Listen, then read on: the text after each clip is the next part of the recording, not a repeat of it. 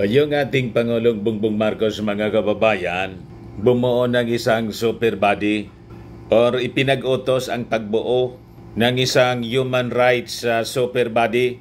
Para niya, Mr. Maravillas, alam na yung ibig sabihin niya. Malamang, mga kababayan, lalo na ma-insecure yung mga taga-Finta Kingdom kasi tambak yung mga human rights. Human rights violations ng mga taga-Finta Kingdom. Yun nga po yung rason kung bakit may kaso sa International Criminal Court. Para niya, Mr. Maravillas, talagang desidido na yung ating Pangulong.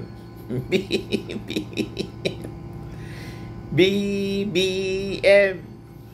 Gusto lang, mga kababayan, ng ating Pangulong Bongbong Marcos na gumanda yung ating reputasyon sa international community. Kasi po, signatory po tayo, ang ating bansa, sa Human Rights Convention. Kaya tama lang po na gawin ito ng ating Pangulong Bongbong Marcos. Pero siyempre, sigurado, bibigyan ito ng kahulugan, masamang kahulugan, ng mga taga-Finta Kingdom.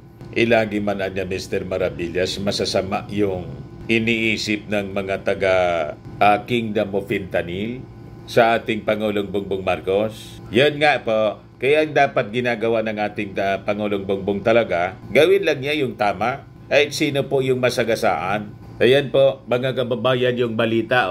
BBM creates human rights super body, sabi dyan sa report ng The Manila Times. Yan po yung ating Pangulong Bongbong Marcos. Di ba?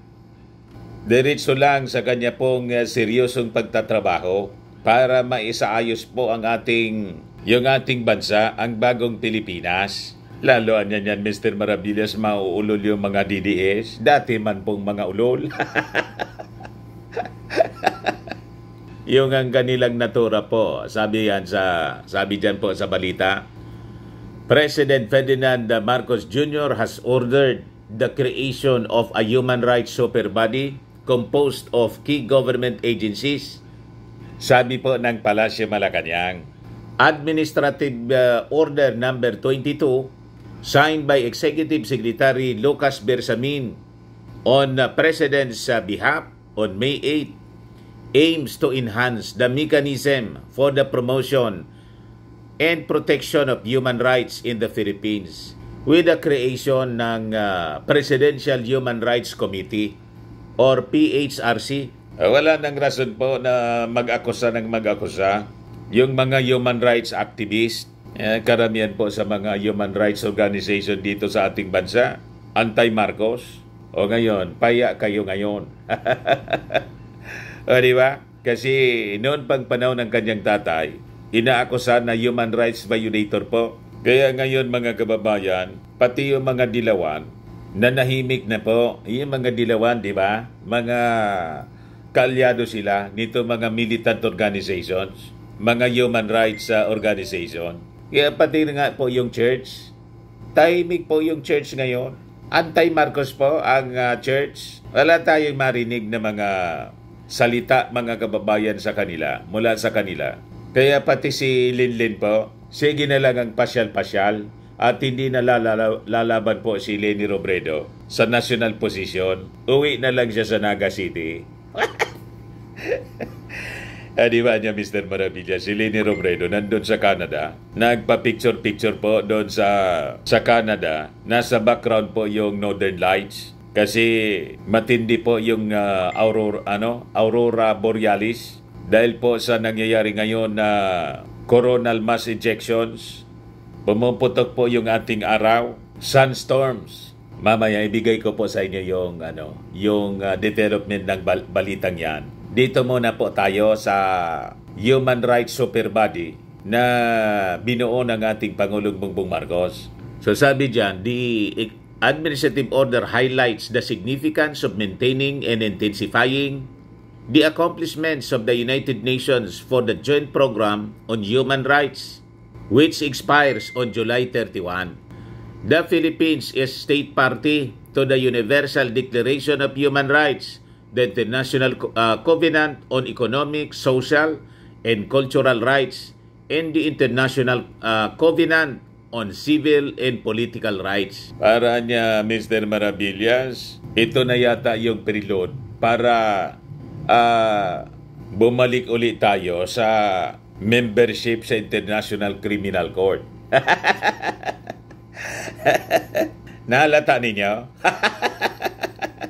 Malamang ito po ang preload. Kasi po, hindi magiging consistent yung magiging posisyon ng ating Pangulong Bongbong Marcos. Pag hindi tayo babalik sa ICC bilang member, pag ganyan yan Mr. Maravillas, talagang namumuro na si Mau Diggs, si Bato, at damay si Inday. Hindi kasi sila, no? Hindi sila tumino. So sabi dito sa kwento, in the past, the Philippines has partnered with the UNGP to engage in capacity building and technical cooperation in the areas of law enforcement, criminal justice, and policy making.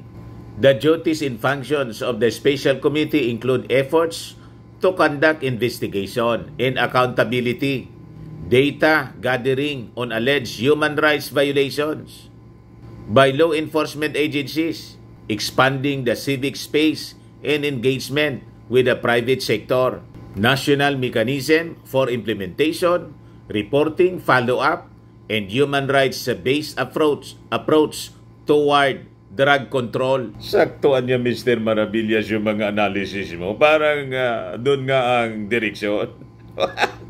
Talagang doon po ang direksyon nito, mga kababayan. Yung drug war po ni Mau Diggs, massive yung human rights violations kasi matindi yung tinatawag na EJK dahil sa tukang-tukang.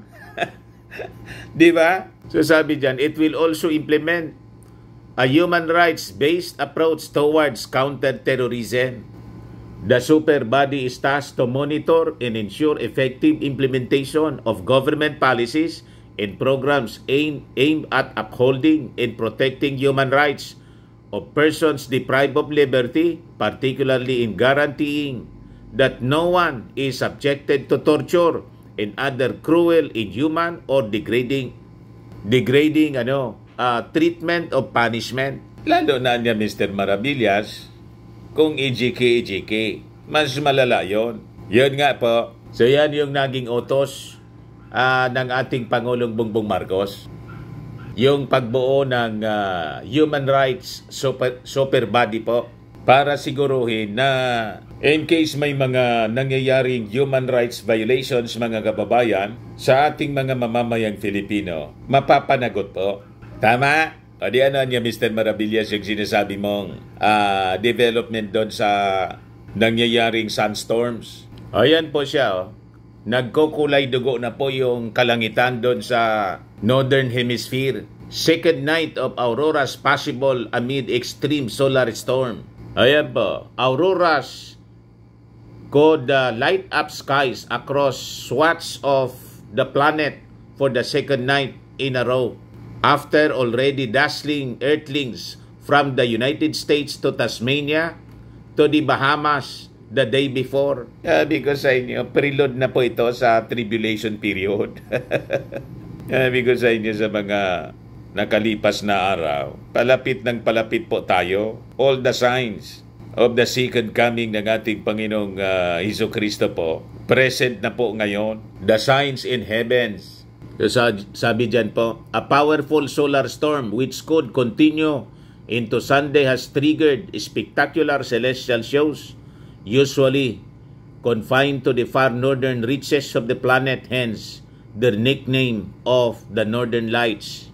The first of several coronal mass ejections or CMEs, expulsions of plasma and magnetic fields from the sun, came just after 1600s GMT noong Friday po, according to NOAA. Itong US-based National Oceanic and Atmospheric Administration, NOAA's Space Weather Prediction Center. It was later upgraded to an extreme geomagnetic storm, the first since the Halloween storms of October 2003 that caused blackouts in Sweden and damaged power infrastructure in South Africa. So, peligroso po siya, mga kababayan. Violent eruption of the sun. So, hindi lang po mga volcanoes ang pumuputok. Nagkakaroon ng eruptions. Pati yung ating araw. Kaya kakaiba po yung ating nangyayari sa ating mundo. Napakainit na po. So sabi dito sa kwento, Elon Musk, who's a Starlink satellite internet operator, has some 5,000 satellites in low Earth orbits, said his satellites were under a lot of pressure but holding up so far. However, China's National Center for Space Weather issued red alert Saturday morning warning the storm will impact communications and navigations in most areas of the country. Sabi po ng state news agency Xinhua. Excitement over the phenomenon and otherworldly photos sa pink, green, and purple night skies pop up across the world. Mula Francia, Idaho in the western United States, pati po sa island state ng Tasmania sa Australia. So sabi dyan, the sun is approaching the peak of an 11-year cycle that brings heightened activity. Fluctuating magnetic fields associated with geomagnetic storms induce currents in long wires, including power lines, which can potentially lead to blackouts. Long pipelines can also become electrified, leading to engineering problems. Pwede kang makuryente po.